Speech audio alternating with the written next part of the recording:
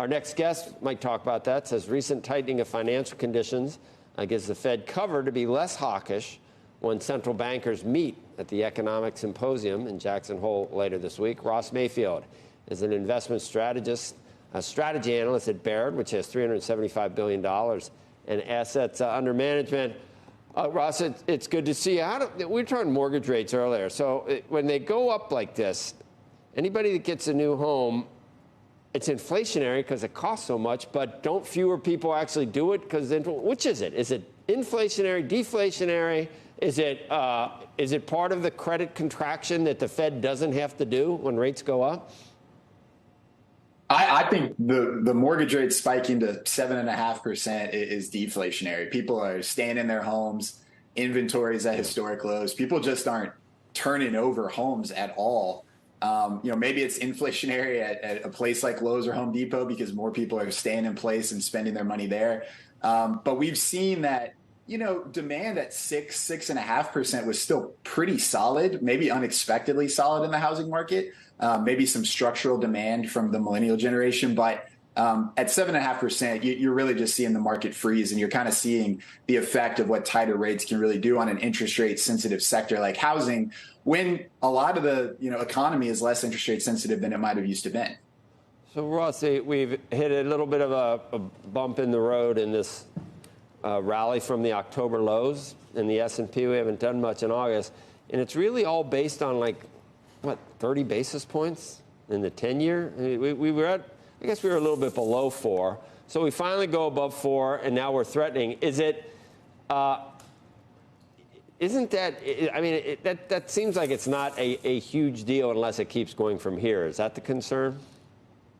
Yeah, I think there's some concern that there's some upward momentum now. You've got the upward momentum on the 10-year. You've got the Fed, particularly those July minutes, right? Inflation's at 3%, and they're still talking about they see upside risks and they want to do higher for longer. So I think there's concern that there's upward momentum to rates. But the reality is the market was in a really tenuous place anyway. You had rates rising, but sentiment was hot. Positioning was starting to get offside.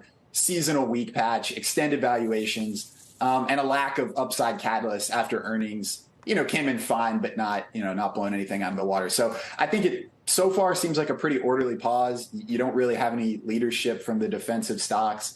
And, again, you need to be used to these kind of 5, 6, 7% corrections amidst the broader backdrop of what we think is a cyclical bull market. So that overall, would you just take a step back and wait for the summer to sort of wind down before doing anything? Do you have a year-end target? Does Baird do that for S&P? We don't have a year-end target.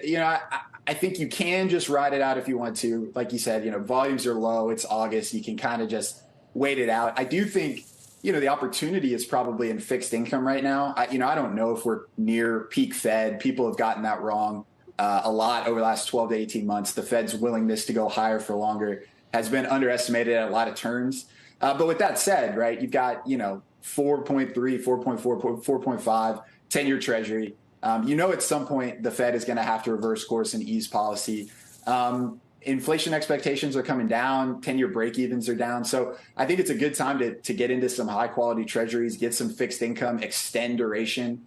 Maybe a rocky, volatile ride if the Fed continues to hike 1 or 2 more times, if inflation proves a little sticky. But ultimately, I think probably it's a good time to add duration. So maybe we'll be making more moves on the fixed income side of the portfolio rather than the equity side right now. That's if you're diversified, and people should diversify, and if you have a asset allocation. But if you're young, you're assuming rates are events for you to extend duration.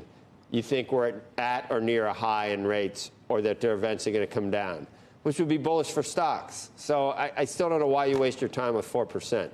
It's not going to build wealth.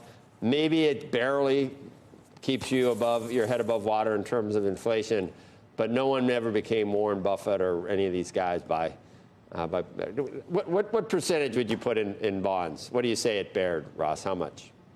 Well, it totally depends on your circumstance, right? There have been savers and people living off fixed incomes that are retired that have been punished by repressed interest rates for 15 years. Do that now. Yeah. And so now you can get insurance companies. I understand that, but I don't know. But if you're totally right. If you're young, this is a great time to get into stocks, as is every time. We know the long-term track record. You're right that the real wealth building, the long-term inflation hedge is in equities. I mean, you can even buy a good company with a 2.5% dividend or something, and if historically it goes up 15% a year, you just do the math. The dividend's going to match the yield you're getting on the treasuries before the treasuries come due, and then you got the upside, but you do have the downside possibility too. It could be in a secular. It could be in there have been smart guys that say it's going to be a little different for the next 5 years because we've paid it forward with the stock market. Maybe we don't get 7-8% a year. That's possible too.